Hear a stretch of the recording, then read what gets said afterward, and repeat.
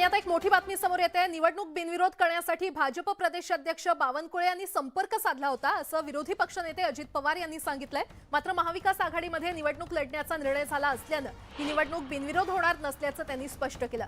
राष्ट्रवादीने निवडणूक लढण्याचा निर्धार केला असला तरी अद्याप उमेदवाराचं नाव जाहीर करण्यात आलेलं नाहीये आणि त्यामुळे राष्ट्रवादीकडून कुणाला उमेदवारी मिळणार याबाबत उत्सुकता शिगेला जाऊन पोहोचली आहे। उद्या आम्ही छत्रपती शिवाजी महाराजांचा डांगे चौकातला पुतळा आहे तिथं जमणार आहोत। तिथं जाऊन तिथून जिथं फॉर्म म्हणजे निवडणूक अधिकारी बसतात तिथपर्यंत जाऊन आम्ही महाविकास आघाडीच्या उमेदवाराचा फॉर्म भरणार। आणखीन एक मोठी बातमी। महाविकास आघाडीने कसबाची पोटनिवडणूक बिनविरोध केल्यास टिळकांच्या कुटुंबात उमेदवारी देऊ आणि हेमंत रासनेंचा अर्ज मागे घेऊ असं वक्तव्य भाजपचे प्रदेशाध्यक्ष चंद्रशेखर बावनकुळे यांनी केलंय। चंद्रशेखर बावनकुळेंनी टिळक कुटुंबांची भेट घेतली आणि टिळक कुटुंब नाराज नसल्याचं त्यांनी स्पष्ट केलंय।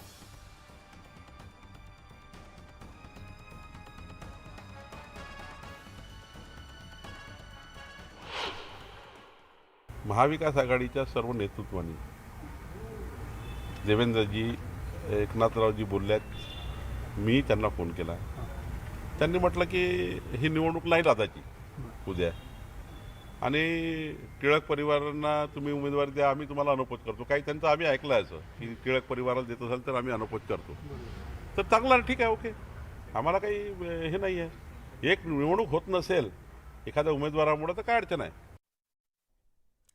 युवासेना प्रमुख आदित्य ठाकरे यांच्या वरळी मतदारसंघात मुख्यमंत्री एकनाथ शिंदे आणि उपमुख्यमंत्री देवेंद्र फडणवीस यांचा कार्यक्रम आहे। यावेळी मुख्यमंत्री एकनाथ शिंदे आणि उपमुख्यमंत्री देवेंद्र फडणवीस यांचा मच्छीमारांच्या वतीने भव्य सत्कार देखील करण्यात येणार आहे। या कार्यक्रमासाठी भाजपचे आणि शिंदे गटाचे वरिष्ठ नेते उपस्थित राहणार आहेत।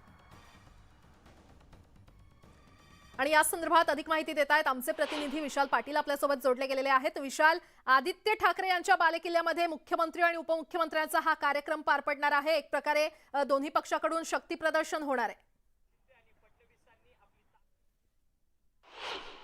नक्कीच प्राजक्ता, आज वरळी स्पोर्ट्स क्लब आणि वरळी मतदारसंघात बाळासाहेबांची शिवसेना आणि भाजप पक्षाचं जोरदार शक्ती प्रदर्शन आपल्याला पाहायला मिळेल। कारण का राज्याचे मुख्यमंत्री एकनाथ शिंदे आणि उपमुख्यमंत्री देवेंद्र फडणवीस यांचा कोळी बांधवांकडून नागरी सत्कार सोहळा जो आहे हा वरळीच्या याच मैदानात होणार आहे।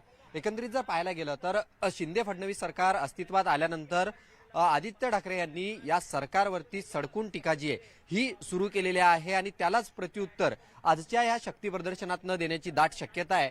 राज्याचे मुख्यमंत्री एकनाथ शिंदे स्वतः या येथील लोकांना संबोधित करणार आहेत। राज्याचे उपमुख्यमंत्री देवेंद्र फडणवीस हे सुद्धा या नागरी सत्कार सोहळ्यात उपस्थित असणार आहेत। आणि सगळ्यात महत्त्वाचं म्हणजे फक्त या दोन नेत्यांचा सत्कार सोहळा नाहीये, तर भाजपचे प्रमुख नेते आणि बाळासाहेबांची शिवसेना या पक्षाचे प्रमुख नेते या ठिकाणी उपस्थित असणार आहेत। ती वरळीत एक जोरदार शक्ती प्रदर्शन जे आहे ते आज आपल्याला पाहायला मिळणार आहे। खरं तर आज वरळी संपूर्ण जर पाहायला गेली तर झेंडे जे आहेत भाजपचे असतील, बाळासाहेबांची शिवसेना या पक्षाचे असतील, हे लागलेले आहेत। मोठ्या प्रमाणात होर्डिंग जे आहेत हे लागलेले आहेत। आणि एकंदरीत जर पाहायला गेलं तर या सभेच्या ठिकाणी आता तयारी जी आहे ही अंतिम टप्प्यात आलेली आपल्याला पाहायला मिळते।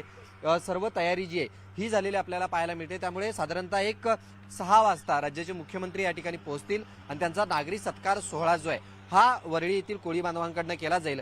अनेक कोळी बांधवांच्या मागण्या या मान्य झाल्या नव्हत्या आणि हे सरकार अस्तित्वात आल्यानंतर या सगळ्या मागण्या पूर्ण झाल्या असा दावा बाळासाहेबांची शिवसेना या पक्षाकडून करण्यात आलेला आहे आणि त्यामुळेच हा नागरिकांनी केलेला सत्कार सोहळा असणार आहे अशी माहिती जी आहे ही दोन्ही पक्षांकडून जरी देण्यात आली असली तरी वरळी मतदारसंघात आदित्य ठाकरे यांना टार्गेट करून आज शक्ती प्रदर्शन जे हे केलं जाणार आहे। प्राजक्ता, निश्चितच एक प्रकारे आदित्य ठाकरे यांच्या बालेकिल्ल्यामध्ये थेट आव्हान त्यांनाच देण्यात आलेलं आहे। विशाल, धन्यवाद या सविस्तर माहितीसाठी।